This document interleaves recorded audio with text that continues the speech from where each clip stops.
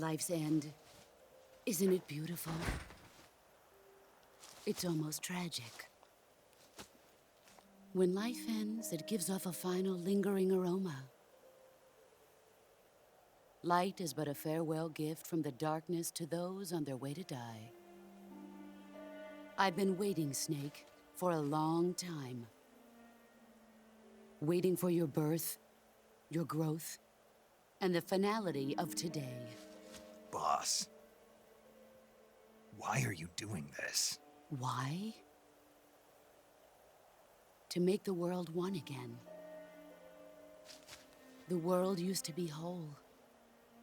But with the end of the Second World War, the philosophers began to fight amongst themselves, and the world was torn apart.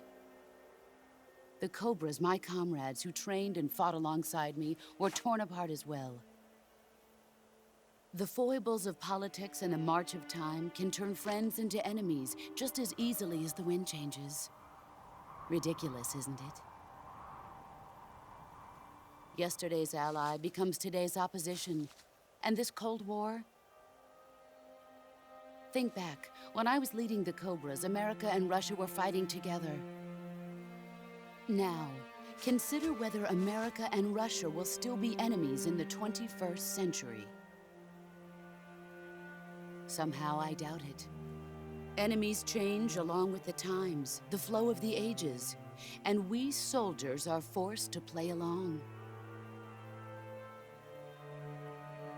I didn't raise you and shape you into the man you are today just so we could face each other in battle. A soldier's skills aren't meant to be used to hurt friends. So then what is an enemy? Is there such a thing as an absolute timeless enemy? There is no such thing, and never has been. And the reason is that our enemies are human beings like us. They can only be our enemies in relative terms. The world must be made whole again. The philosophers must be reunited. I will devote my skills to that purpose. And with the Colonel's money, I will achieve that end. Just as I once created the Cobras. They are my family. I may no longer be able to bear children, but I still have a family. It was November 1st, 1951. I was in the Nevada desert participating in atomic testing. The name Nevada is derived from Spanish, covered in snow, white as snow. And snow is exactly what I saw in that Nevada desert. It froze my blood white. Snake, you were an atomic test subject, weren't you? On Bikini Atoll. That's part of the reason I was drawn to you. You and I are alike. We're both slowly being eaten away by the karma of others. We'll never have the chance to die peacefully of old age. We have no tomorrow. But we can still have hope for the future. In 1960, I saw a vision of the ideal future from space. 3 years earlier, the Soviet Union had succeeded in launching Sputnik, the first man-made satellite in history, into orbit. This came as a huge shock to the United States. In response, America threw everything it had into its own manned spaceflight project, the Mercury program.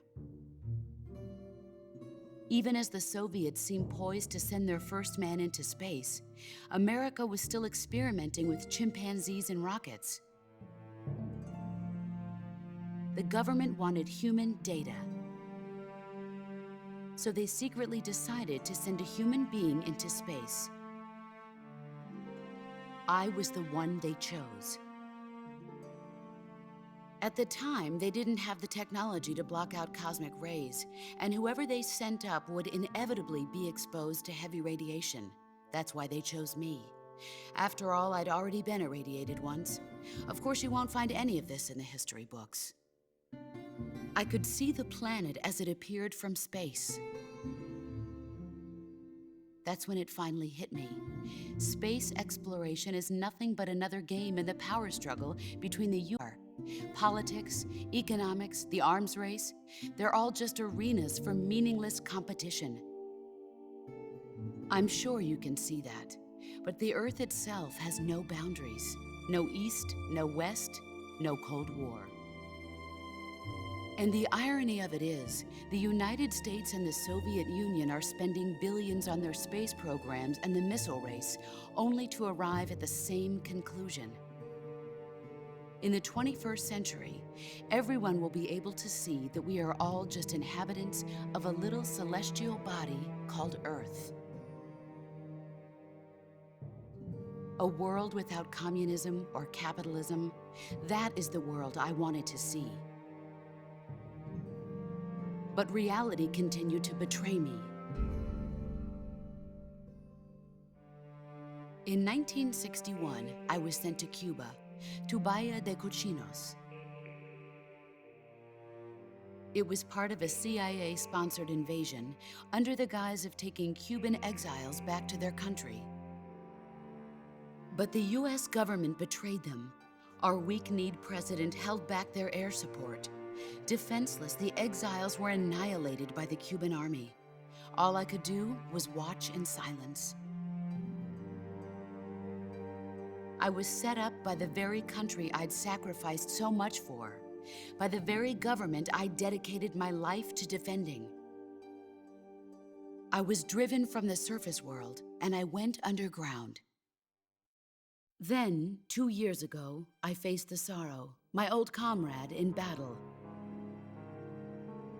He was my friend. But one of us had to die.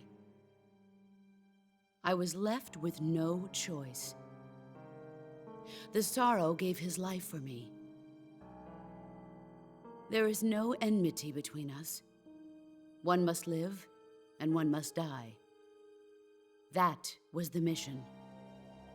The ones who gave me that mission were the philosophers.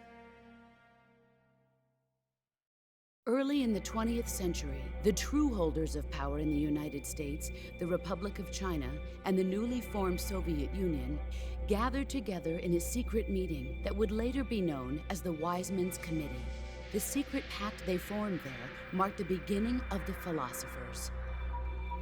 But the last of the original members died in the 1930s. After that, the organization began to run out of control, and the Wise Men's Committee degenerated into a mere shell of its former self. The philosophers of today have no sense of good or evil. Their influence extends to countries and organizations involved in every aspect of every war. They have become war itself. That's how they operate. The sacrifices of war cause a shift in the times. This shift leads to renewed conflict, and in turn triggers the next war. Like a nuclear chain reaction, each conflict sparks countless others, forming an endless spiral that will continue on for eternity. Do you understand what I'm saying, Snake? By consuming me and you, the philosophers intend to keep that cycle going forever. It was my father who explained all of this to me. He was one of them. You see, I am the last remaining child of the philosophers. But after he revealed the truth, my father was killed by that same shapeless, formless organization. And my father isn't the only thing the philosophers have taken from me. In June of 1944, the Cobras and I took part in the landing at Normandy. We'd been given a top-secret mission to locate and destroy enemy V-2 rocket installations. I was pregnant at the time. The sorrow was the father. I gave birth on the field of battle. A beautiful baby boy.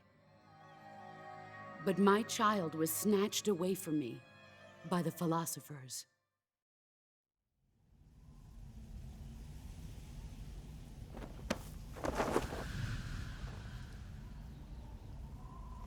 Look at this scar. This is proof that I was once a mother. I gave up my body and my child for my country. There is nothing left inside me now. Nothing at all. No hatred, not even regret.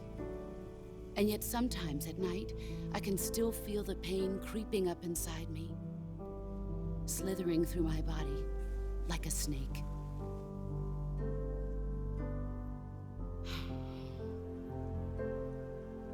I've never talked this much about myself before.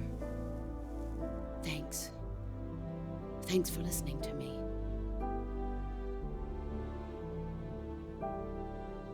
I feel content. Snake,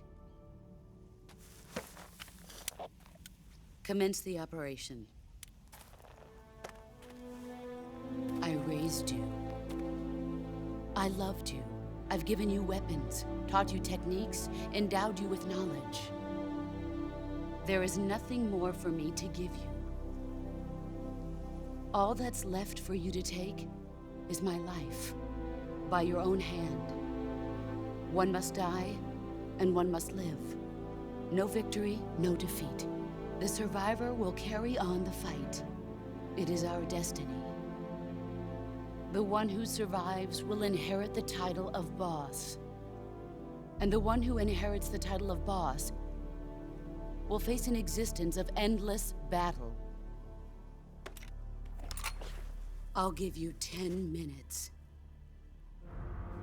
In 10 minutes, MiGs will come and bomb the hell out of this place.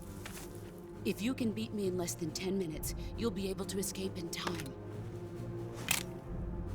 Let's make this the greatest 10 minutes of our lives, Jack. Boss. You're a soldier. Finish your mission. Prove your loyalty. Face me.